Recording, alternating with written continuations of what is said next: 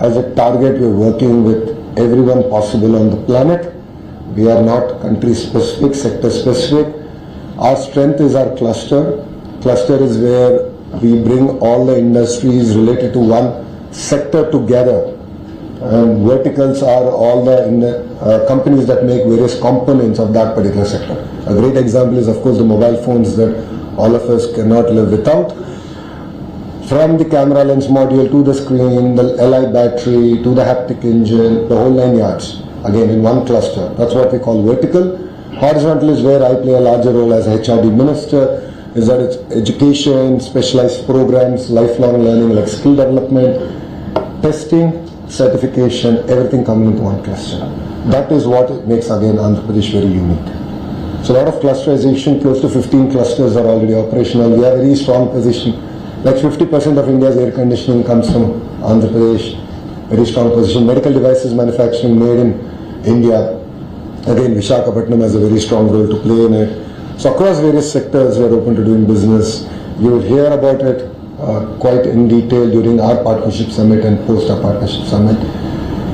So this is a short and sweet introduction to what we have achieved in Andhra Pradesh over the last 16 months and what we intend to achieve for the next 3.5 years. And then if my friends from media have any questions, I'm willing to answer them. Thank you very much. Sir, let them get a chance, yeah? Telugu media, I'll give you separate. Let English get done, then I'll come back. Yes, sir. I'm Nivedita from ABP Live. You mentioned the $1 trillion of investment. use the mic there. It's okay, I can hear you. Go ahead. So is there a time frame by which you want to achieve this? And also in terms of FDI attractiveness, what sort of value do you think Andhra Pradesh would occupy? Well, pre-2024, that is if you look at pre-NDA government in Andhra Pradesh, we never even figured out in the list of states to invest in.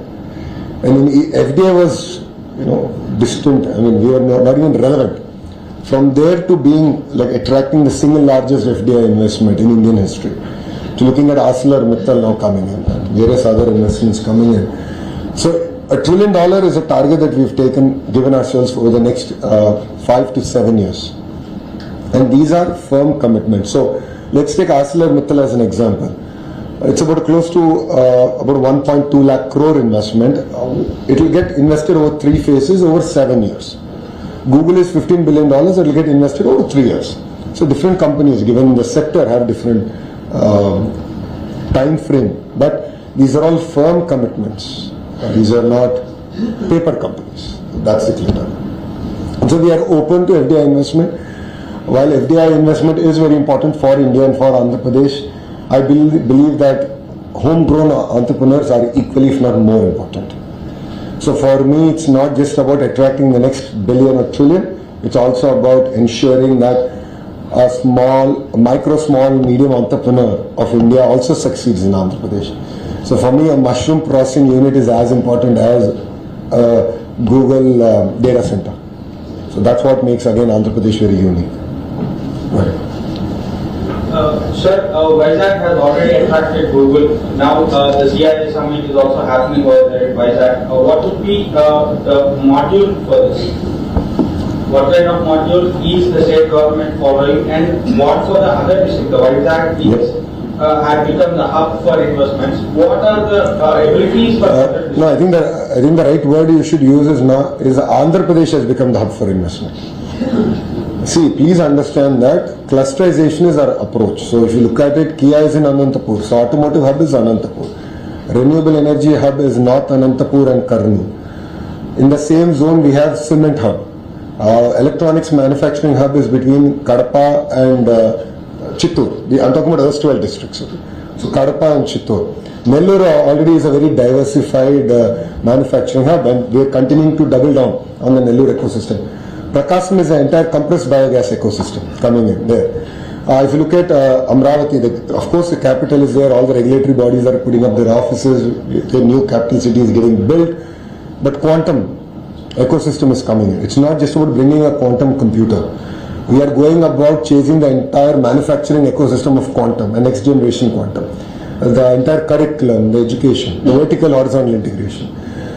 East-West Godavari is the entire aqua ecosystem. You have the refineries, ports that are coming about, right? And North Andhra is where you have pharma, you have chemical hub, you have medical devices manufacturing, steel city, IT city. So if you look at it, we have a very clear laid out about close to 15 thrust areas and that we're building out. But if you look at the incentives that we give to companies, yes, as a state, we give incentives to companies that choose backward districts more. So while companies that choose X district, which is already a developed district, get a tad bit lower incentives because we want to ensure that development happens equally across the state. So if you see, Oberois of the world are building hotels in Rayalaseema and Visakhapatnam, right? Similarly, various other brands are also doing hotels across both.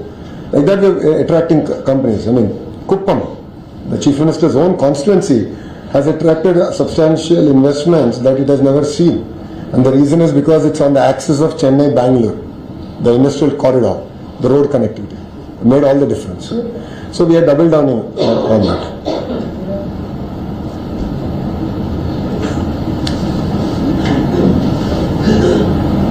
Hi sir, I'm Sunilatra meeting now. I just have a couple of questions. You mentioned about giving entrepreneurs a push. What specifically are you doing to sort of integrate MSMEs into this huge investment boost that the state is going to expect? You also spoke about electronics manufacturing being one of the sectors. In terms of the kind of investments that we can look forward to from global lens, would you be able to give a sense of that? And lastly, you also spoke about $120 billion worth of investment commitments.